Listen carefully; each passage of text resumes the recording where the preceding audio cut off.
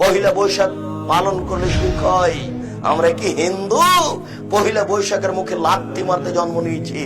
আপনি রাস্তায় হাঁটছেন বানরের মূর্তি নিয়ে, বানরের সাথে আপনার কি সম্পর্ক? বানরের সাথে বাঙালি সংস্কৃতির কি সম্পর্ক? আমরা কি বানর থেকে আসছি? তাহলে বানরের মূর্তি আমি হাঁটে নিয়ে হাঁটবো কেন? পয়লা বৈশাখে সকালবেলায় বাসন্তী রঙের শাড়ি পরে সারা রাত রাস্তায় আলপনা এঁকে রমনা লেকের পাশে গিয়ে যুবতী আর যুবকরা বাসন্তী রঙের শাড়ি পরে সূর্য উদয়ের পানে। পয়লা বৈশাখের নববর্ষ এটা বাঙালি সংস্কৃতি নয়। পয়লা বৈশাখের নববর্ষ বাংলাদেশের সংস্কৃতি নয়। এই বৈশাখ মাসে পহিলা বৈশাখ পালন করলে সুখ হয়। আমরা কি হিন্দু? পহিলা বৈশাখের মুখে লাথি মারতে জন্ম নিয়েছি। পহিলা বৈশাখ মানে আমি কি হিন্দুর বাচ্চা? পহিলা বৈশাখের মুখে লাথি মারতে জন্ম নিয়েছি। যত যুবক যুবতী এইসব দিবস মানে যারা পান্তা ভাত নিয়ে গিয়ে বট গাছের নিচে ইলিশ মাছ দিয়ে খায়, এবং যারা একে মানে, যাকে এরা হিসাব করে, যত নেতা, যত নেত্রী, যত ছাত্রী, যত ছাত্র, যত শিক্ষক, যত শিক্ষিকা, এরা সবাই বন্য, এরা সবাই বর্বর, এরা সবাই অসভ্য। যারা এইসব দিনকে পালন করে, আমি আব্দুর রাজ্জাক যদি তাদের মুখ প্রমাণ না করতে পারি, আমি জাতির সামনে জিন্দেগি তার কোনোদিন আসবো না। আজকে শেষ করলাম, আমার মরা পর্যন্ত সময় থাকলো। বলেন কি আপনি? পয়লা বৈশাখে সকালবেলায় বাসন্তী রঙের শাড়ি পরে সারা রাত রাস্তায় আলপনা এঁকে রমনা লেকের পাশে গিয়ে যুবতী আর যুবকরা বাসন্তী রঙের শাড়ি পরে সূর্য উদয়ের পানে করজোড়ে সেদিকে তাকিয়ে বলে, এসো হে নববৈশাখ স্বাগতম হে। বৈশাখ বলে বাবাজিরা আমারে ডাকতেছো?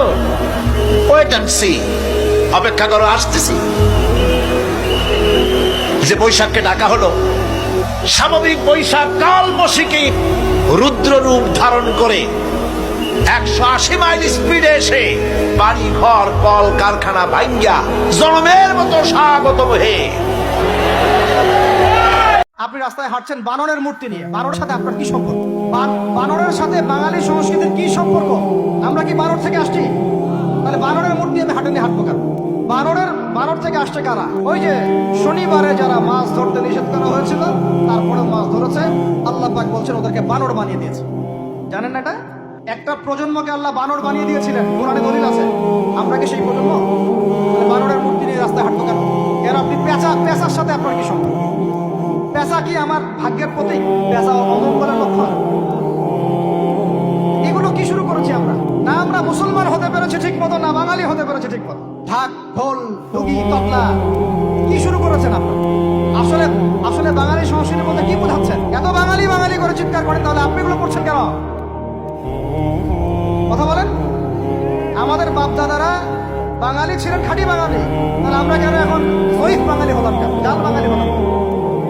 আপনার বাসার কমোড পর্যন্ত ইংরেজদের আদলে করা, সবকিছুই খাবার অভ্যাস, খাদ্যাভ্যাস, আপনি পিৎজা বার্গার ছাড়া খেতেই পারেন। খাদ্যাভ্যাস ইংরেজদের। তারপরে খাওয়া হালাল না হারাম সেটা প্রশ্ন করছি না আমি। আপনি প্যাশনেট না তো আমাদের সংস্কৃতি নিয়ে? আমাদের সংস্কৃতির মূল জায়গাটা কই? পাঞ্জাবি পায়জামা তো করছেন না, এটা আমাদের সংস্কৃতি ছিল। সংস্কৃতি দেখেন, সংস্কৃতি কি ছিল আমাদের? আমাদের বাপদাদাদের যুগটা চলে যান, ওই ফজরের আগে তারা ঘুম থেকে উঠতেন। আসসালাতু খায়রুম মিনান নাওম কানে গেলে ঘুম থেকে উঠে যাইতেন, নামাজ পড়তেন। বাংলার ঘরে ঘরে কোরআন তেলাওয়াত শোনা যাইতো।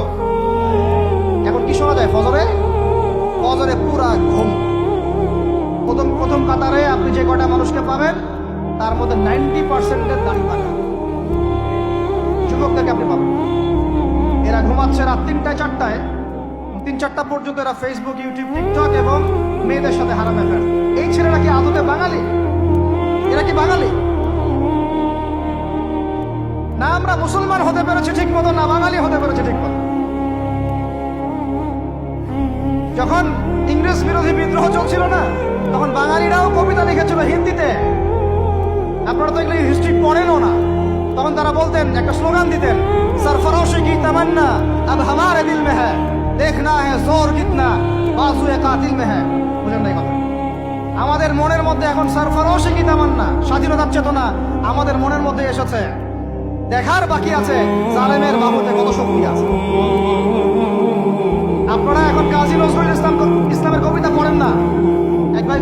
আবৃত্তি করেছিলেন এখানে, খুব সুন্দর হয়েছে। মাশাআল্লাহ। এগুলোর চর্চা কোথায়? সংস্কৃতি নিয়ে যে আমরা এত বড়াই করি, বলেন বাঙালির সংস্কৃতির চর্চা কোথায়? কাজী নজরুল ইসলামের কবিতা আমরা আমাদের পাঠ্যপুস্তকে পড়েছি। উমর রাদিয়াল্লাহু আনহুকে নিয়ে কবিতা ছিল, মনে আছে?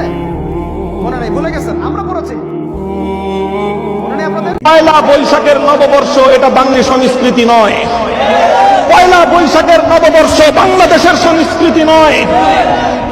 এই বৈশাখ মাসের সনগণনা শুরু করেছিল আকবর বাদশাহ আকবর দিল্লি শাসক ছিলেন। দিল্লিতে তার মসনদ ছিল, দিল্লিকে কেন্দ্র করে গোটা ভারতবর্ষে তিনি শাসন করতেন। পয়লা বৈশাখ যদি সংস্কৃতি হয়ে থাকে গোটা ভারতবর্ষের সংস্কৃতি, পয়লা বৈশাখ যদি সংস্কৃতি হয়ে থাকে তাহলে এটা দিল্লির সংস্কৃতি। ওই দিল্লির সংস্কৃতি বাংলার সংস্কৃতি নামে চালিয়ে দেওয়ার ধান্দাবাজি সত্যবাদী ওলামায়ে